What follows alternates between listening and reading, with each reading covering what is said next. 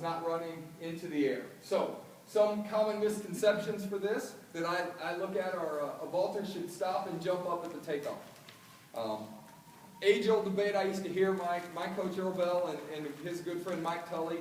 Mike Tully would come to town occasionally and hang out with us, and these guys would sit up drinking beer, and they would have the funniest discussions, debates, arguments, fights, whatever you want to call it, about do you jump up at the takeoff or do you just run off the ground and let the pole pick you up?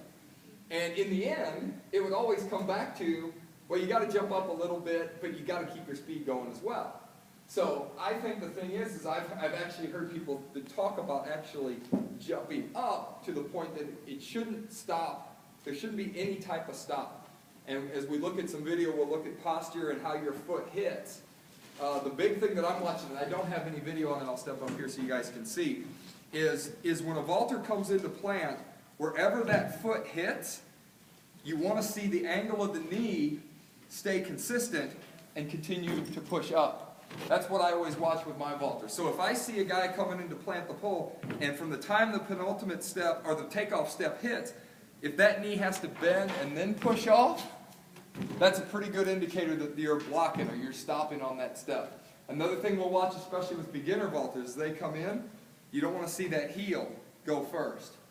You don't want, we teach everybody to run on their toes or run on the balls of their feet. I don't like running on the toes. But run on the balls of their foot, but the setup to take off, that foot should hit flat so that they can push up through it. But you don't want to see a big gathering where that knee actually bends and then pushes from there, because there's a pretty good chance they're stepping out in front of themselves and there's a little bit of a stop there.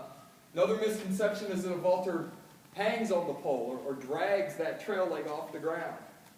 I do think that there is a natural reaction when you take off the ground where that leg goes back, but what causes that leg to go back is if this platform is like a box and I'm trying to jump, if I don't push through this takeoff, I'm not going to be able to jump up onto the stage.